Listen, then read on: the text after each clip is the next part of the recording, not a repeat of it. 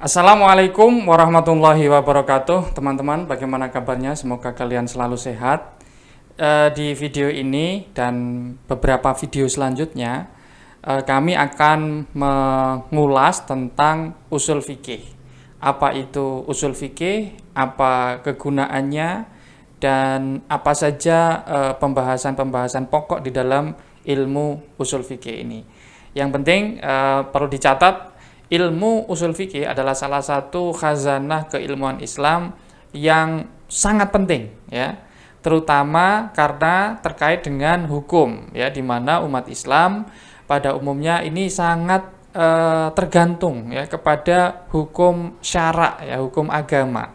Nah, hukum agama yang menyatakan boleh, tidak boleh, makruh, wajib, haram, dan seterusnya, ini, ya, punya sumber, kemudian punya cara-cara tertentu untuk memahami sumber tersebut. Kemudian ada syarat bagi orang-orang yang ingin memahami sumber-sumber hukum Islam ini. Nah, sumber hukum Islam, cara-cara memahaminya, dan kriteria syarat-syarat orang yang bisa memahaminya, boleh memahaminya, ini, ya, merupakan kajian ilmu usul fikih. Teman-teman, usulul fikih terdiri dari dua kata, yaitu al-usul dan kata al-fikhu.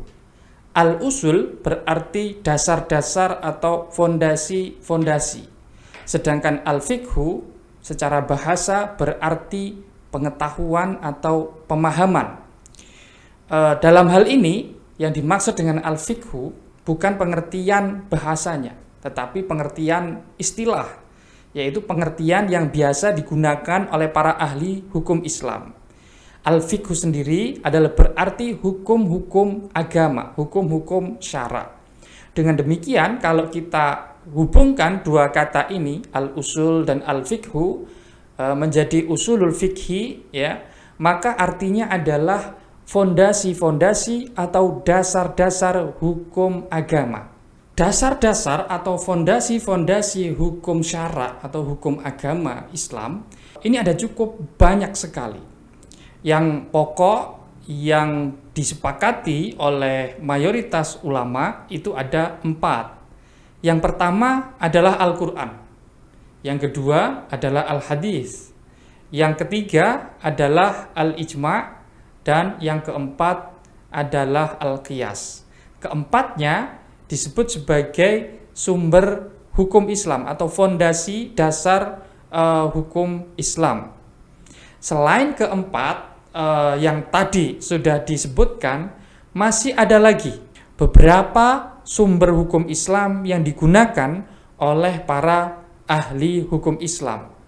Misalnya ada maslahat, misalnya ada satu dzari'ah atau mencegah keburukan, ada misalnya istihsan, ya, dan lain sebagainya, yang mana semuanya ini adalah sumber atau dasar-dasar atau fondasi-fondasi hukum fikih atau hukum Islam.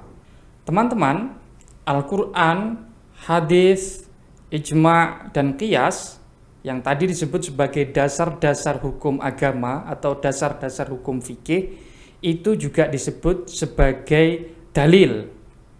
Nah, dalam ilmu usul fikih biasanya dibahas tentang definisi Al-Quran.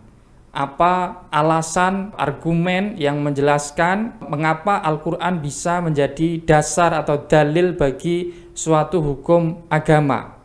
Demikian pula dijelaskan apa itu hadis, apa itu sunnah, bagaimana penjelasan bahwa as-sunnah dan al-hadis, ya, bisa menjadi dasar bagi hukum agama, dan seterusnya.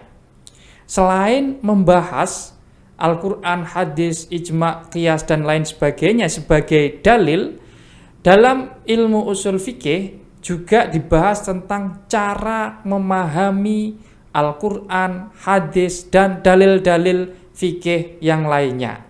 Misalnya bagaimana cara memahami ayat-ayat hukum sehingga dia berkesimpulan bahwa suatu ayat bermakna wajib atau suatu ayat bermakna sunnah atau suatu ayat bermakna haram atau makruh dan lain sebagainya.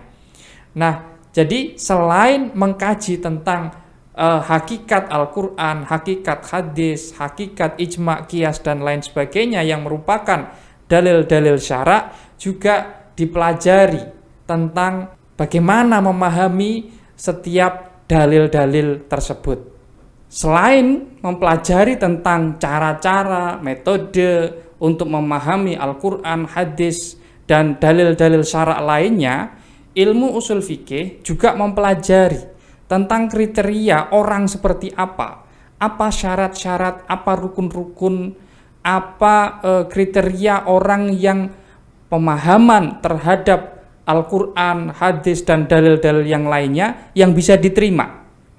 Jadi dari syarat-syarat, dari kriteria-kriteria semacam itu nanti akan diperoleh ya mana orang yang punya kemampuan dan yang tidak kemampuan. Dengan demikian sejatinya memahami Al-Quran dan hadis itu ada ilmunya. Teman-teman, bisa kita simpulkan bahwa ilmu usul fikih adalah ilmu yang membahas 3 hal sekaligus. Yang pertama adalah tentang dalil. Apa saja dalil atau sumber hukum ajaran Islam. Yang kedua adalah metode, cara memahami dalil atau juga disebut sebagai istidlal. Dan yang ketiga adalah tentang kriteria orang yang pemahamannya itu bisa diterima, ya, atau disebut juga sebagai mustadil atau mujtahid. Inilah 3 topik utama yang menjadi kajian di dalam ilmu usul fikih. Demikian pengantar kajian usul fikih. Pada video selanjutnya kita akan membahas rincian dalil-dalil hukum syara'.